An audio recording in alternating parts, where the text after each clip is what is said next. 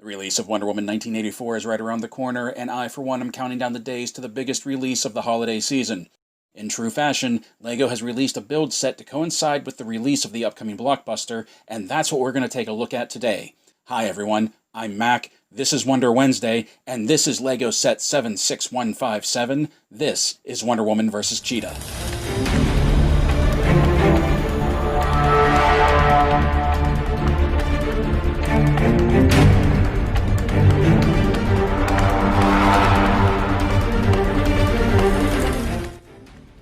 In the trailers for Wonder Woman 1984, one of the more prominent locations that has been shown is what looks to be an island facility built into the side of a mountain with a massive communications dish of some kind mounted up top. Approached by helicopter, the mountain facility seems to be the location of what will be the film's climax, and will be the location that all three of our major players will come together: Diana, Maxwell Lord, and of course Barbara Minerva, the Cheetah. With this in mind, it's understandable that this is the location that LEGO chose as the focus of their Wonder Woman 1984 set.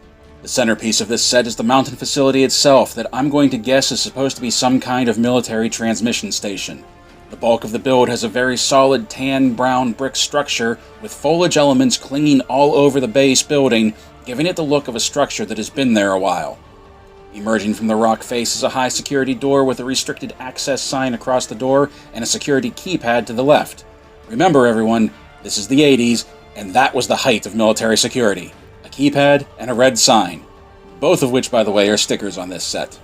Off to the side we have a small wing that consists of a guardrail and a small tower of ironwork with a danger symbol at the top. I'm not sure what this is supposed to represent other than perhaps a small communication or power line tower, but I'm not sure and we'll have to wait to see the movie to find out.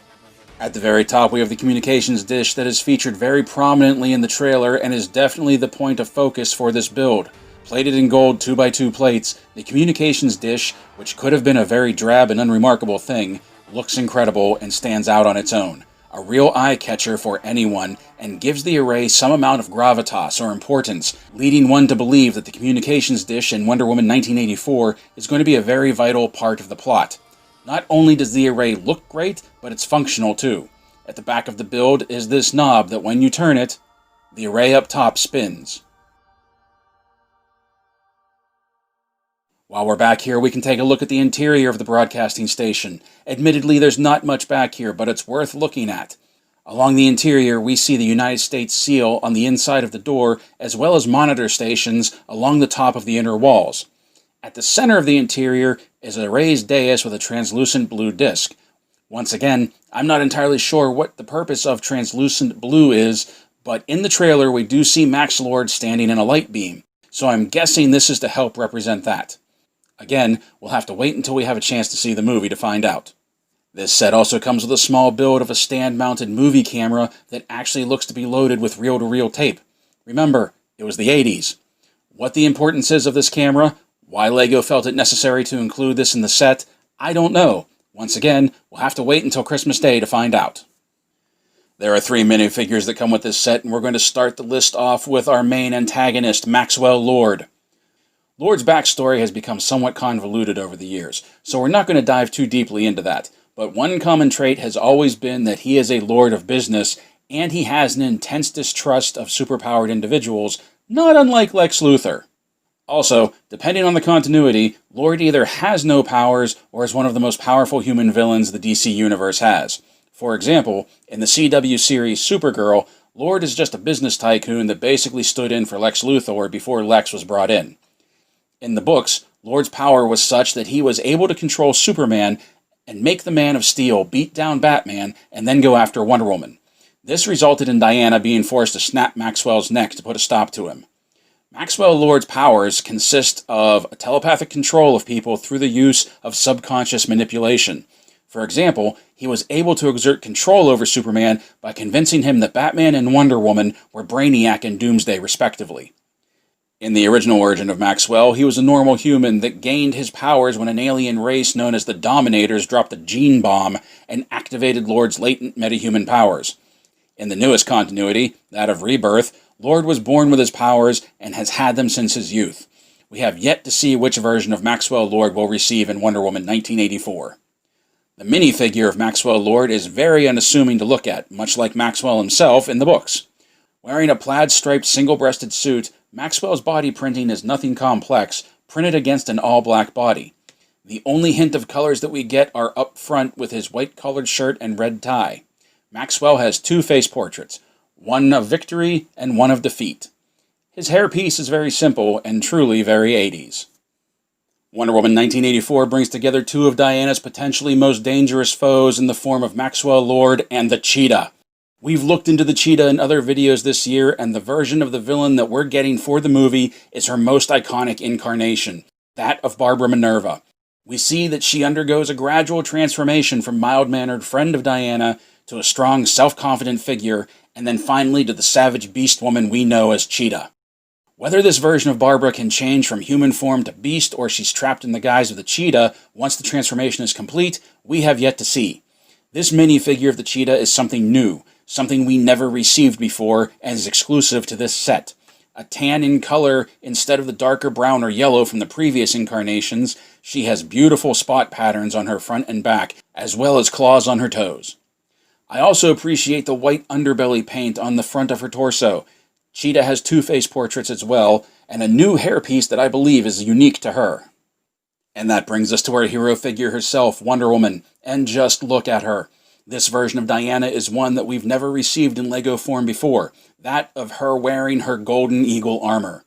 Originally conceived of in Mark Waid and Alex Ross's immortal book, Kingdom Come, the golden armor was gifted to Diana by the Amazonian artisan Pallas, and was something she donned when confronting her most formidable foes. It will be interesting to see how this armor fits into the narrative of Wonder Woman 1984. The minifigure of Diana in her golden armor is fantastic, with some great reflective gold body printing and a pair of big gold wings. Admittedly, the wings are not new for us. They've appeared on minifigures before for Marvel minifigures like the Vulture and Falcon. But molded here in gold, I don't think they've ever looked better. Diana, like our previous two minifigures, has two face portraits, but what I really want to take a look at is this hairpiece. A combination of Diana's long mane of hair and her golden eagle helmet, along with a gold reflective beak, this whole headpiece gives Diana an appropriately fierce look when combined with her battle face.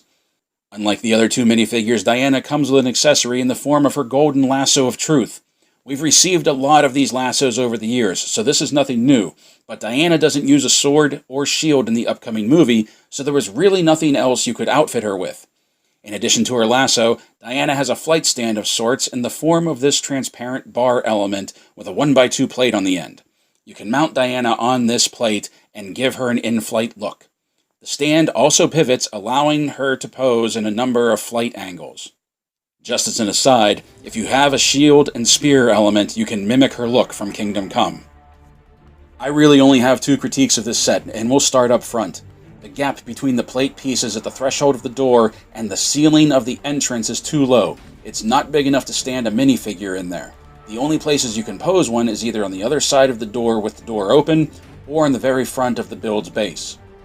My second issue is on the inside of the facility. The stickers for the monitoring stations to me seem to be too high, and it almost seems like it would have made more sense and looked better if they would have been placed lower on the walls. The high placement is where the instructions tell you to stick them, but I think I would have liked to have seen them lower. If there's a purpose to them being up so high, we won't know until after the 25th. If you're a Wonder Woman fan like me, then it's easy to say that this is a must-have for you. After all, we get so little with her branding, and the Golden Armor Wonder Woman and the new Cheetah minifig will not disappoint. Coming in at $40, the price-to-piece ratio for this set is right about where it should be for a third-party IP like this, without being overly priced. If you're not a fan of Wonder Woman, then there may not be a lot here for you other than that amazing-looking communications array that rotates at the top of the building. Wonder Woman 1984 is mere days away, and they have had a special Fandom livestream to promote the movie that I'll link in this video for you to take a look at. And while you're looking around, don't forget to check out the main event collectors on my homepage, a group of other content creators immersed in toy collecting and genre entertainment. Let me know how you plan on watching Wonder Woman 1984 in the comments below. Are you going to the theater, or are you watching from your living room? I know my butt is going to be firmly planted on my couch, and I'll probably be back to talk to you once it premieres. So until then, play well everyone, stay safe, stay healthy, and as always, thank you for watching.